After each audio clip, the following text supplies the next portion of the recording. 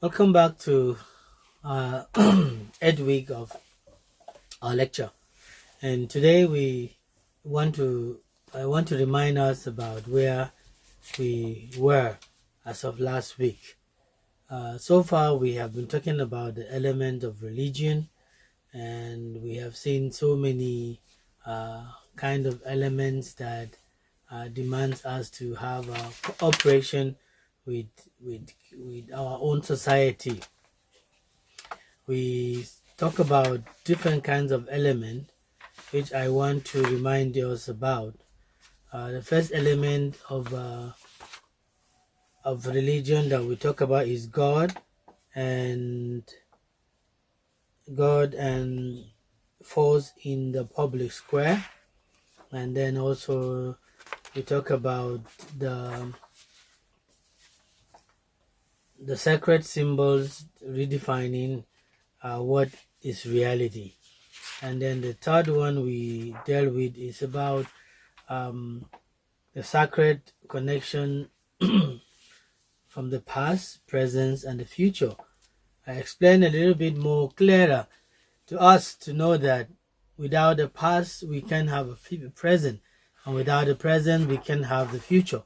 So our presence also have initiate and also move the future to move us from the present to the future.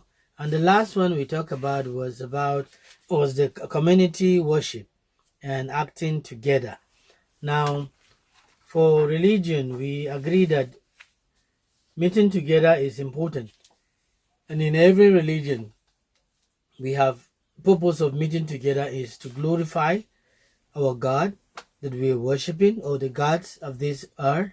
So every religion have a purpose, and that is why today we are studying so far about what we need to know. And I remember vividly that we talk about that the four elements of religion described above, which we have studied: the significance of God's and spirit, the power of the holy rituals, the telling of the sacred stories, and belonging to faith community are virtually important. And so today we will consider the elements of culture in continuation of our lecture for last week. So permit me now to introduce us to what we are going to talk about. Now, we can approach the term culture in the same way we have considered religion. Initially in this lecture, I categorically uh, explain the difference, or rather the meaning of culture and the meaning of religion, or rather the Christianity at the beginning, so that we will have a concept of what we are going to. But as I mentioned at the beginning, that in the process we will continue to explain more to the simplest way of understanding what Christianity and what culture really mean to all of us. And I want to remind us that in this aspect, we are talking about culture, and we have described culture in point as common life practice in the society.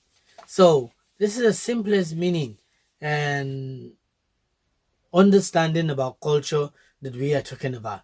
So today we're gonna walk through symbols, really elements or icons of culture that will help us understand the dignity and the purpose of culture in our society. So as we continue, we will now tune on our PPT as we all go together. The Edweek topic is the element of culture, and so far we were talking about point one, which is common life practice in society.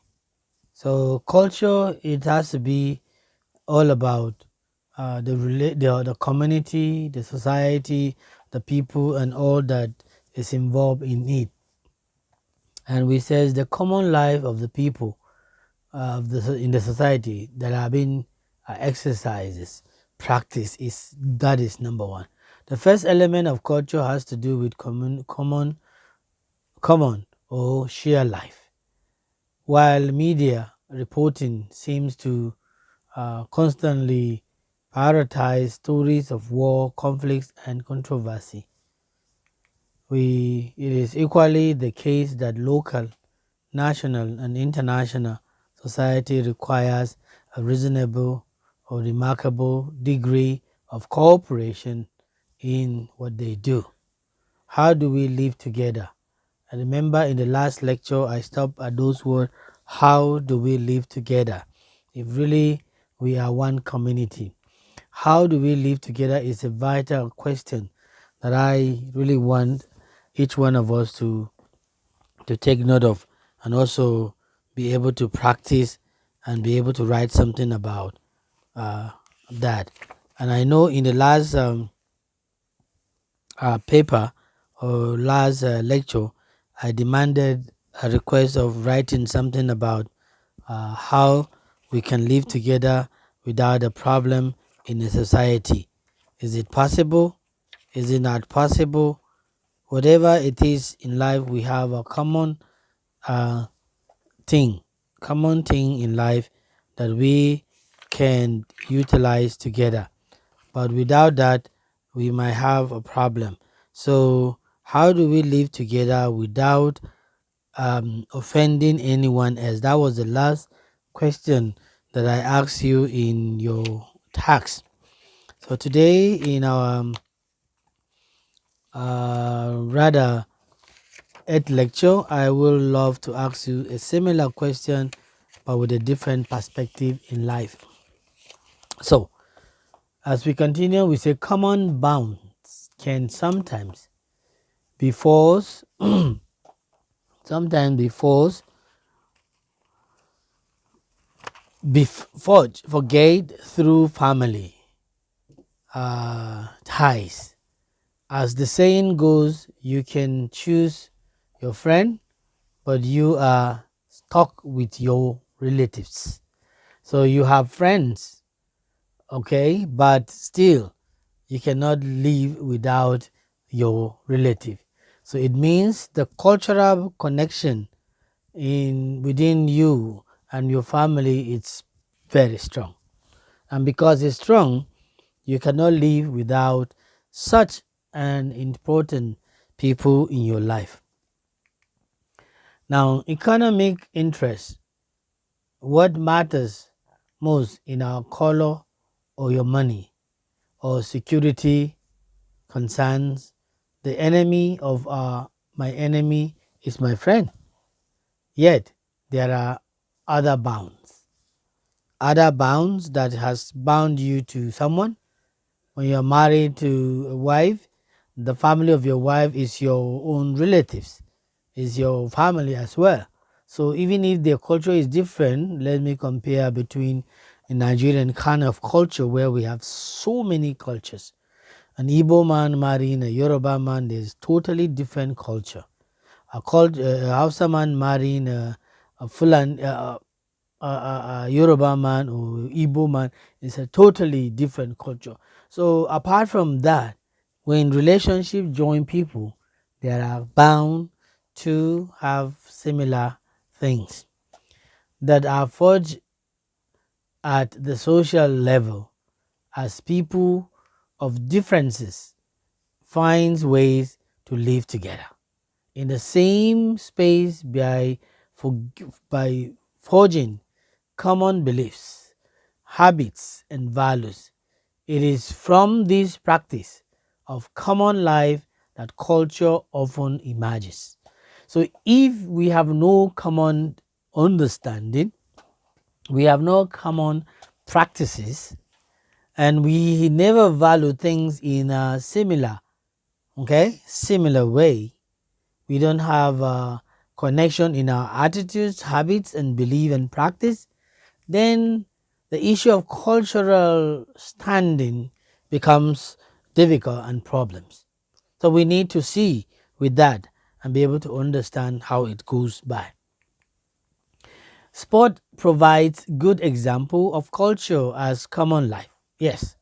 Now, when you go to play football or sport or running, all the people that are in one group, despite their differences from their ethnic group, their language barrier, their state and country, but if it's a community that comes together to play or to display something, they have the same culture. Come on, life to live. They practice the same thing. They accept everything that goes by for each one of them. But we don't just do without accepting that. So what matters is not where you come from, your color, your significance, but all it takes is what? Is the common belief and practice that we have together. Local Australian player, for example, local Australian players from a Greek background can play for a team sponsored by the Hellenic Society. Clubs can also equally represent a locality rather than a particular group. For example, the Smithfield Stallion of Sydney might have individual players from Greek, Ethiopia, British, and Turkey background. Regardless of background, at the international level, all players in these clubs have a loyalty to the Australian football team. Why? Because they live there. Why? Because they're playing within the country and they are the team which are formed from that same team. So that is what we focus is on culture and try to explain what culture it's all about for us. Now, football is a common bound, a sporting pastime, uh, but also cultural practices.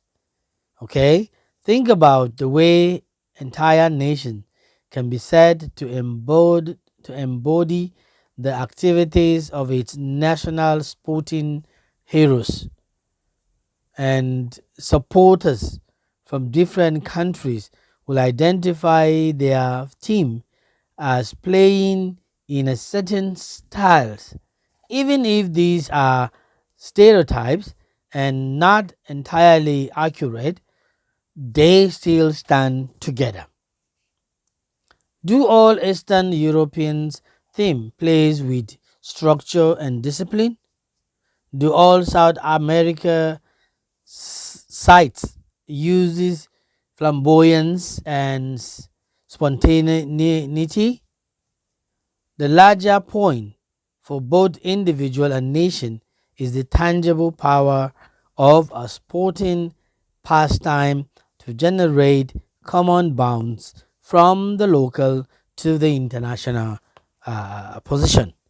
When you read the book of that he wrote in 2016, he talks about the bond is an expression of a culture. Anything that binds you together, that joins you together, that connects you together with someone, it's a cultural immune system that relates in our society and in our fields. This is all we are talking about. So, like I have brought the sport that's giving us a clear picture about what culture it's all about, and it's also trying to portray for each community. Remember that we are bound for one another. We are bound to do things together as one. Number two, symbols of identity. Okay, in the icon of religion, I brought issue of symbol of identity too to that one. Like in the Christianity or in religion, Christianity, you can see the symbols of identity is Jesus Christ. And I made mention of that. For Islam, the symbol is, I don't know, but I think they use Muhammad or something that has to relate to that. And then the Bible is for Christians, and the Quran also is for Islam. Other denominations also have their own to shows their symbol of identity. Now, The second element of culture is the symbols of identity. Constructing and interpreting signs is the basic activities in any society. The, um, the kinds of sign I am referring to are tangible reminders in modern societies of who we are as a people. Now, it's as if every country you go, also you see a symbol of something that is identified as the symbol of this country. Anybody that sees that symbol, he knows that it's from this country. When you the example of Malaysia, when you go to Malaysia, you discover they have a two building that connects together, and they build that as their symbol and they sell it. So anytime you see that pop in, you know that this is a symbol of Malaysia. Okay, so this is also what we are talking about in this aspect. They include a style, okay, architecture such as bridges or religious building, land or waterscape that influence the activities of life, such as in Harbour City, uh, monuments, flags, and other identity banners, styles of clothes, and also habits of dress, distinctive food and drinks, and so on. Now, if you look at the clothes I wear today, and especially at the introduction of the class, you discover that this sample of clothes can be found in anywhere, but mostly this kind of clothes are made in Nigeria. We have the African style in every country, but specifically this is African per say the Nigerian way of dressing. So the symbols are good, and symbols can make genuineness of appearance and also identify people in a very similar and a wonderful style of cultural idea. These signs are more than a tourist attraction. They are symbols that inform members about who they are as a group, and that helps the group to live together cohesively without any consideration. Consider, for example, the individuals and international significance of national flags as cultural symbols for individual symbols. Now, in Nigeria, we have green, white, green. That shows you the kind of which country is this. So every country has its own symbol when it comes to identity and how to identify yourself in a normal way. For individual, a flag can be so powerful that citizens are prepared to die on the field of battle, fighting for its honor, representing as it does the way of life or the nation. So now, most of the time when you watch American movie, you can see when things are getting tough, they struggle to bring down the flag because it is their arm, it is their symbol of loyalty and obedience to their country. Um, I don't know why, but most of that movie you watch, you see that. Well, forgive me if I go back to some of our countries where you will see people fighting and trying to kill other people. They run for their life. They don't even care about their flag.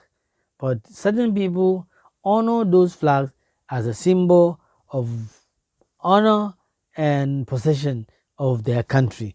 Even though they die, they always die for the sake of the country to leave its legacy and whatever people can see behind.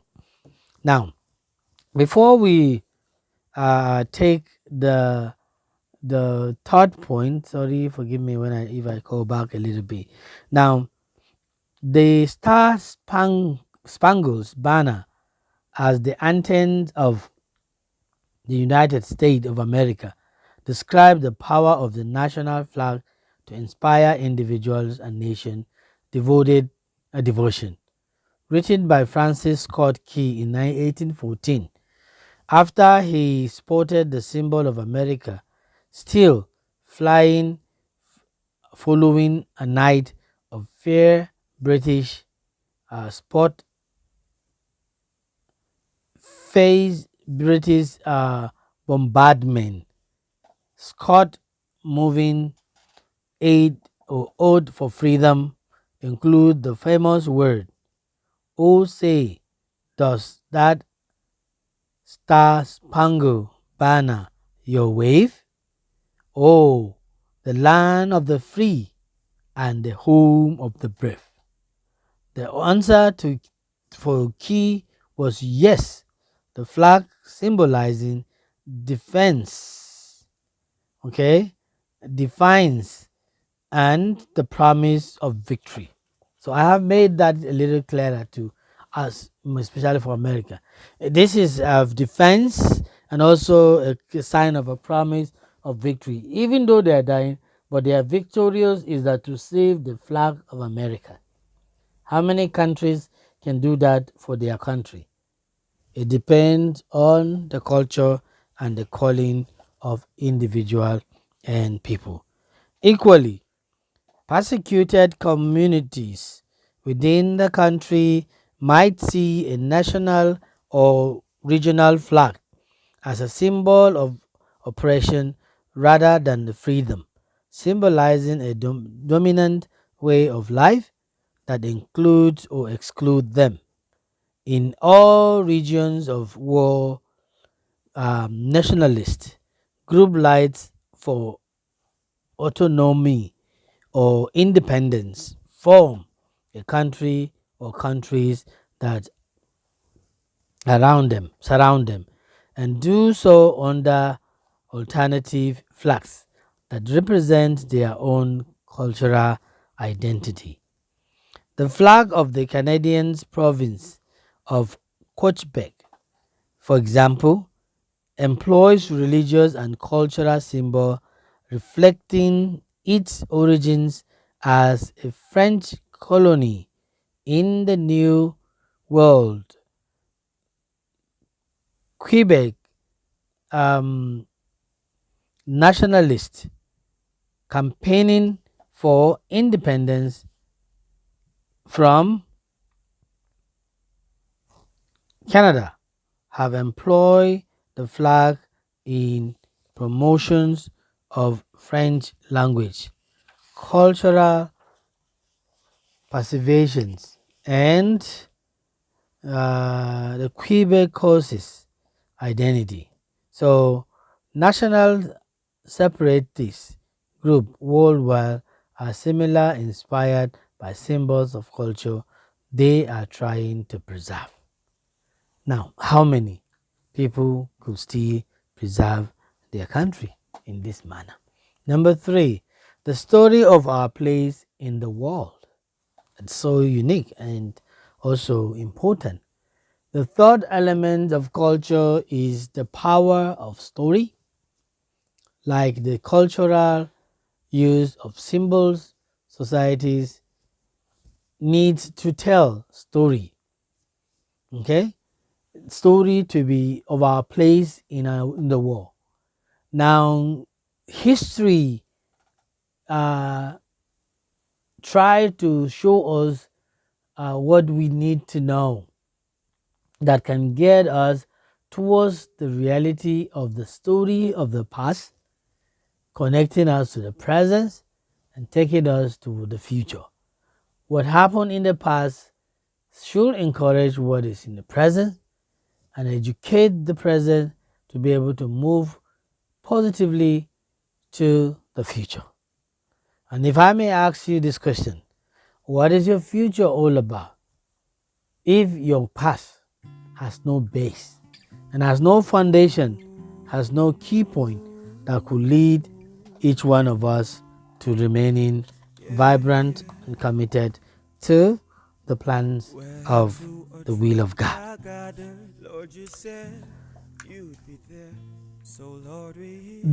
These may be about individuals and groups or events in the distant and recent past.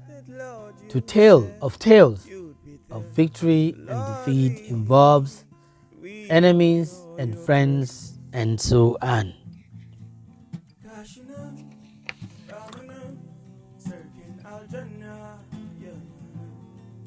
Such stories are told to reaffirm or even recreate ideas of where that society belongs in relation to the wider world.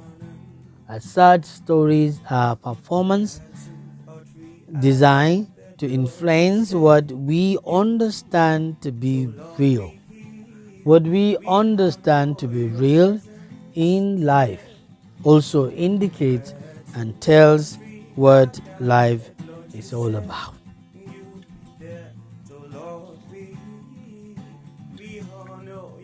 Sometimes cultural differences can be most starkly understood by the different stories societies tell about themselves. It is not a surprise. It is no surprise, therefore, for people to start wondering if genuinely it happens. It is not surprise that people should be able to see and be able to accept that which has happened. In that case, the cultural change is involved in a society to accept a different story about itself or struggling to do so. In order to embrace a new social reality or accept a new view about its own history, individual must be able. So if we accept what is happening, definitely we know that things are going well.